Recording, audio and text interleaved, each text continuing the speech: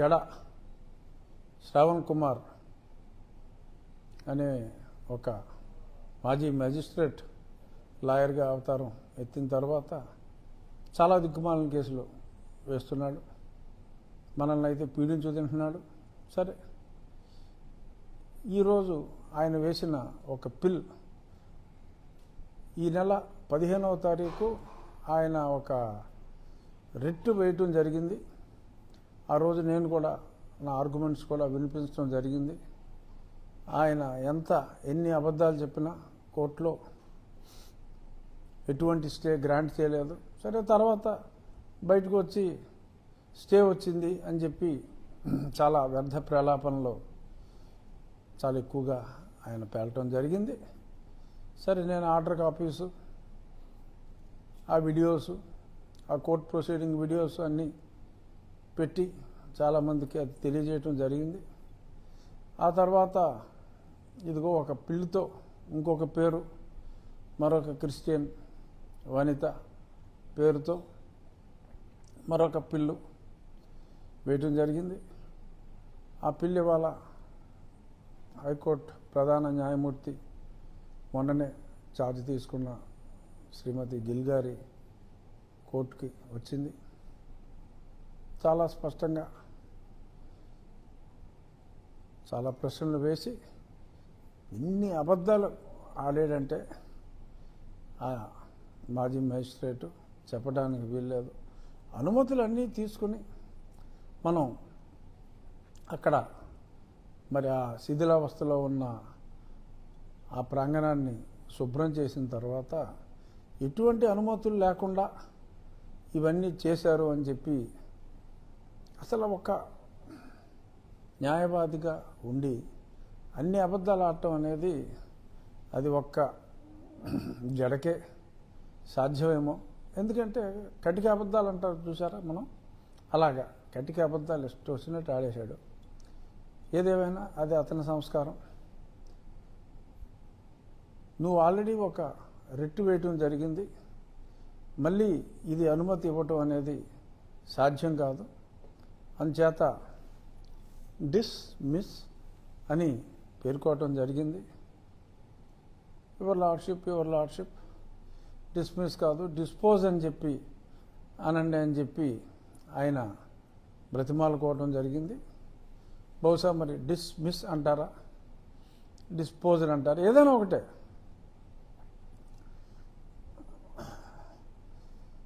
దవడ బదలు కొట్టానంటాం, చెంప మీద కొట్టితిరి అంటాం, రెండు ఒకటే. కానీ ఆ ఇంటెన్సిటీలో తేడా ఉంటుంది. ఇప్పుడు దవడ మీద కొట్టండిరా అని రాస్తారా, చెంప మీద కొట్టితిరి అని రాస్తారా అనేదే పాయింట్.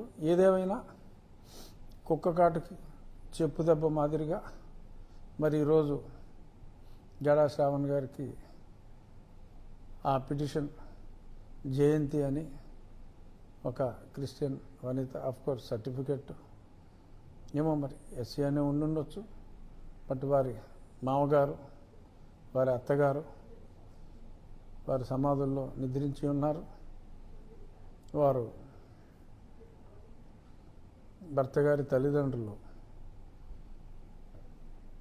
క్రిస్టియన్స్. వీరు కూడా రెగ్యులర్గా అదే పెద్దపేటలో వారి భర్తతో కలిసి చర్చికి రెగ్యులర్గా వెళ్తారట. వెళ్ళండి, చర్చికి మీరు వెళ్ళండి, తప్పే ఉంది. మేము గుడి కట్టుకుంటాం, మా గుడికి మేము వెళ్తాం, కలిసిమెలిసి ఉందాం అని చెప్పినప్పటికీ కూడా మరి ఎక్కడో ఉండే జడా శ్రావణ్ వీళ్ళందరినీ రేగొట్టి ఎందుకు మేమన్నా మా దేవుడన్నా మీకు అంత కోపం జడా, నీలికుమారా, ఇంకో ముగ్గురు లోకల్ వాళ్ళందరూ బాగానే ఉన్నారు.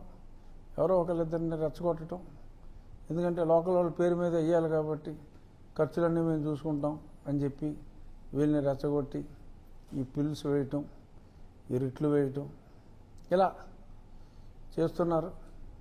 మరి నీలికుమార్లు ఇంకా శాంతించలేదు. ఏవో చేస్తారు. ఏం చేసినప్పటికీ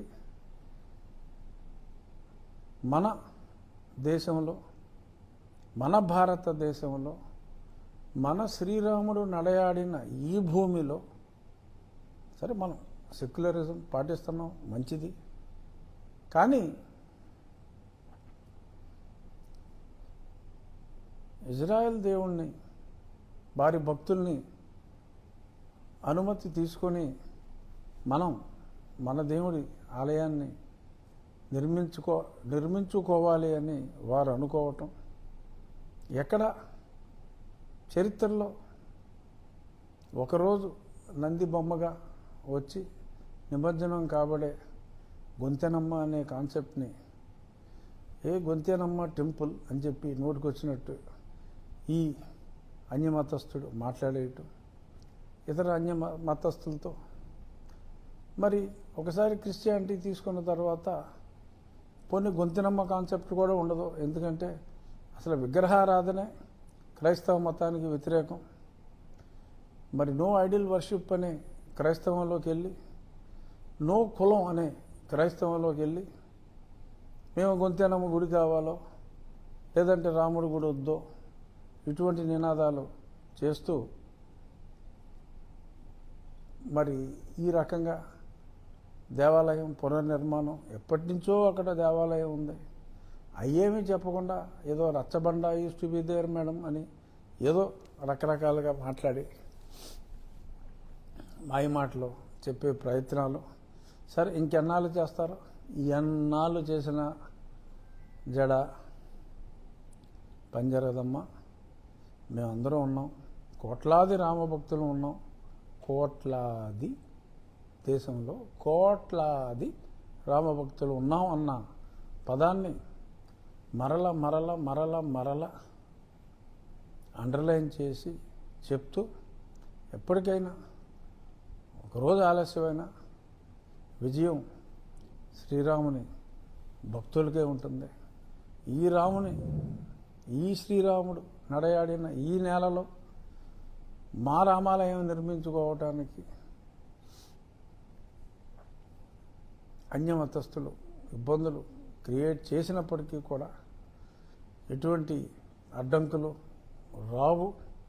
ఏదో తాత్కాలికంగా ఒకరోజు నువ్వు చెప్పుకోవడానికి ఇదిగో రేపు పిల్లి వచ్చేస్తుంది అని చెప్పి ఏదో సూట్ వేసుకుని 4 రోజులు సోషల్ మీడియాలో తిప్పుకోవడానికి తప్ప, ఎంతమంది వచ్చినా ఎన్ని ఛాలెంజ్లు వచ్చినా శ్రీరామ భక్తులు వాటిని ఎదుర్కోవటానికి సన్నద్ధంగా ఉన్నారు.